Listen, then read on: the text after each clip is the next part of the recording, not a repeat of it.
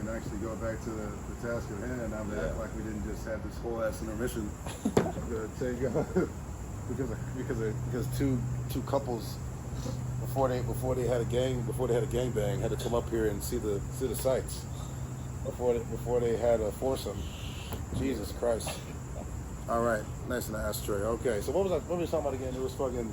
Oh yeah, future. Yeah, future nightclubs. Yeah. So what do you think the future of nightclubs will be, since you know there's no going back? The things that we've seen, the things that we changed. There's probably gonna be another episode in the future talking about just specifically stories. Yeah. But I think this is more baseline, just for the purpose of being able to stretch this out and talk about more shit. What do you think would be the future of nightclubs? I think it's just going to be more of the dynamic with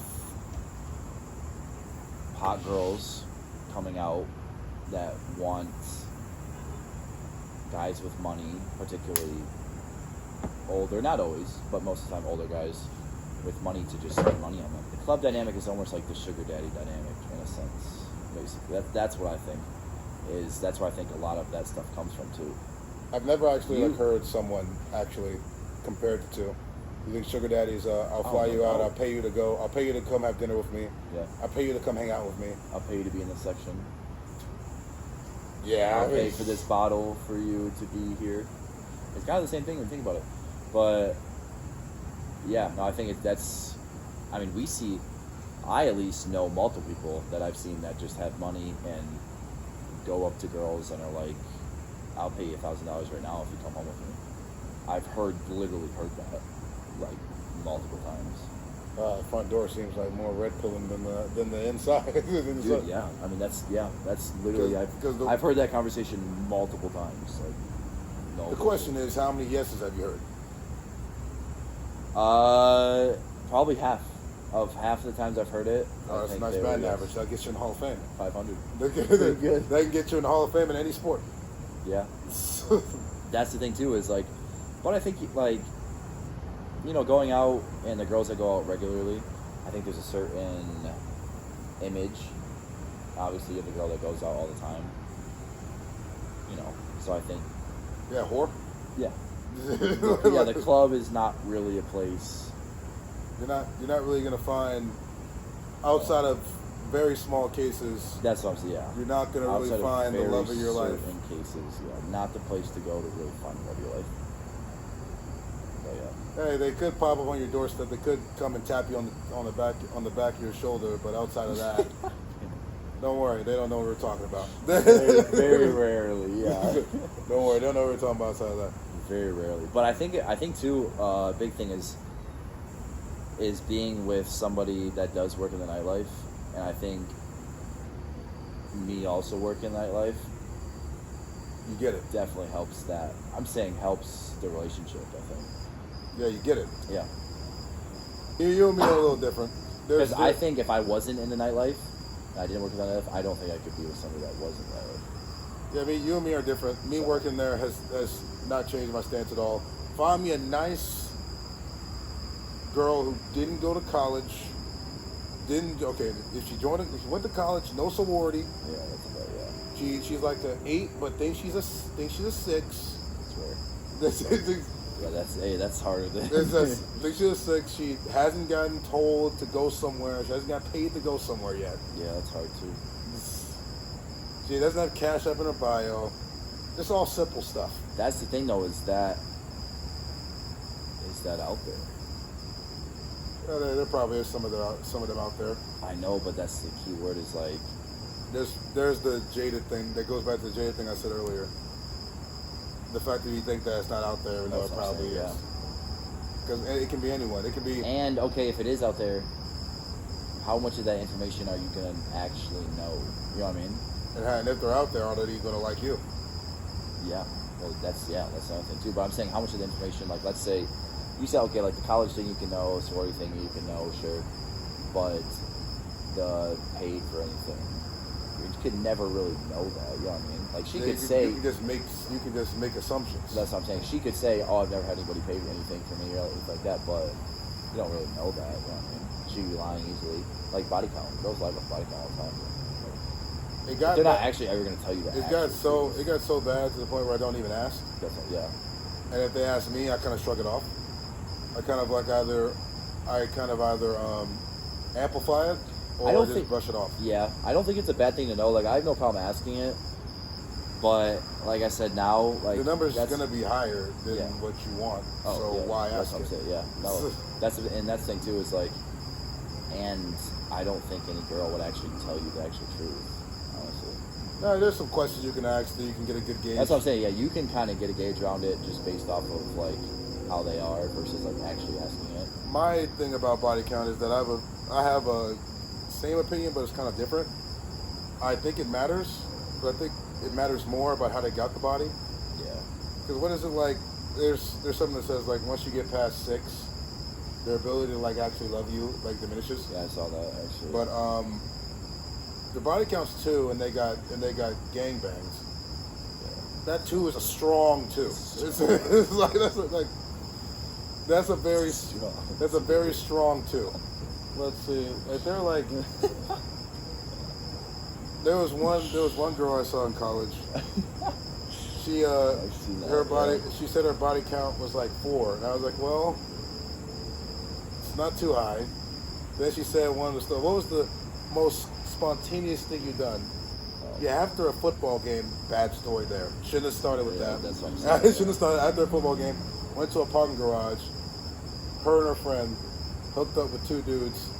The dudes halfway through switched cars so they can fuck both of them. Yeah, that happened to me. I was a part of that in See the stuff. my college days. See stuff like that Yeah. makes that 4 disgusting. a strong 4. Yeah, that's a strong. Yeah. That's strong but the 4 just you put a couple zeros at the end if that stuff happens. If it's like 5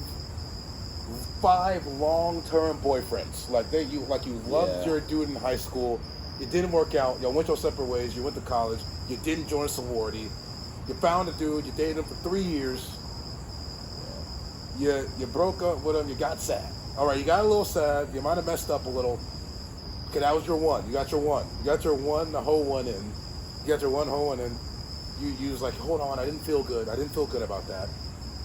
And then you go and only deal with the people you like. You didn't go on this tirade that most girls go on when they get sad. It's just fuck everything aside, and then they don't realize until they're like 3 years in.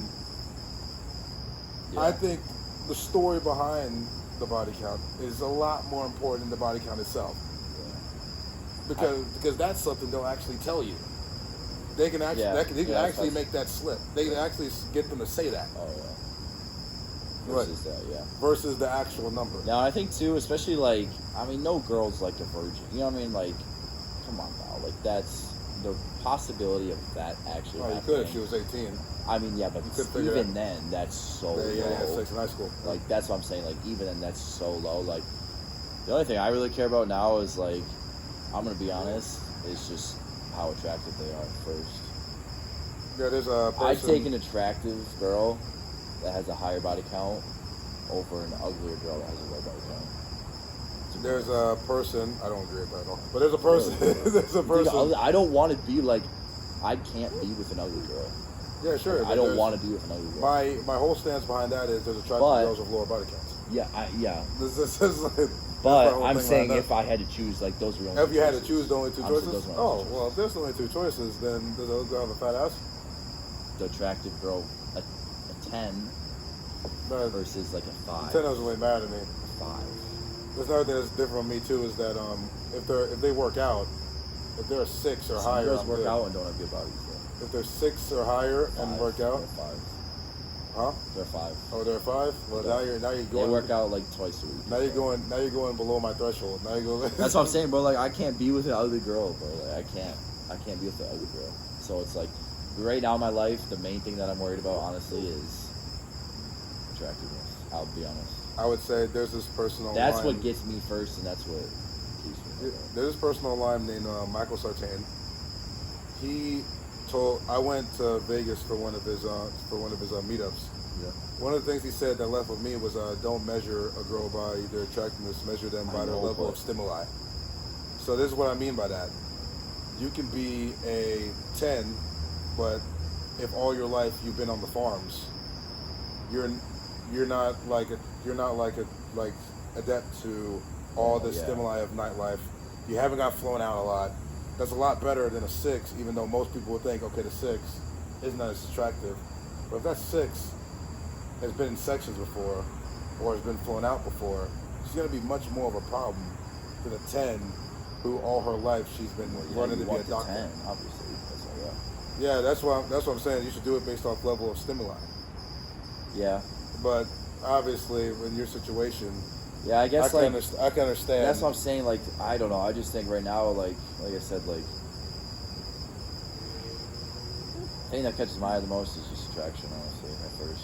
Yeah, I'm kind of glad this is going the way it's going because I had an idea about how this was going to go, and it's not going that way at all. Which is the beautiful thing about podcasts is that. How did you think it was going to go? I was thinking we was going to go nice and linear. We was going to talk about fixing. We was going to talk about fixing nightclubs. Is that how a podcast goes, though? No. Huh? That's not how a podcast goes. There's always a guy who stays on topic, but we don't have anyone to interview, so we're not interviewing no one. Not yet. So maybe we don't can bring in every person we work with and ask them for their craziest club experience. Yeah. Let's put that on the show. Let's talk with our fans, our 3 fans. We'll talk to our 1 fan. Actually, one of my coworkers in wine said he's gonna watch this when it comes out. Jared. Jared. I'm not gonna say your last name. It's a good idea to bring on some people because I guarantee you they're gonna say no to me. But if I get Stone over here to say it, they're gonna come on it for Stone, especially the girls. Yeah, especially the girls. The girls will definitely come on for Stone. They won't come on for me. Actually, maybe 2 of them could. Maybe. There's 2 solid ones in my head. But you never know. But that's a lot of mics, and I only got 1. Yeah. So, we have to get more mics for sure. Yeah, no, it is really interesting. That's the thing, honestly. In the future, so I kind of got in this for a reason also because I want to see how like the club nightlife actually really works, like to work in it, you know what I mean? Because I actually wouldn't mind like being like an owner of a nightclub like later in my life.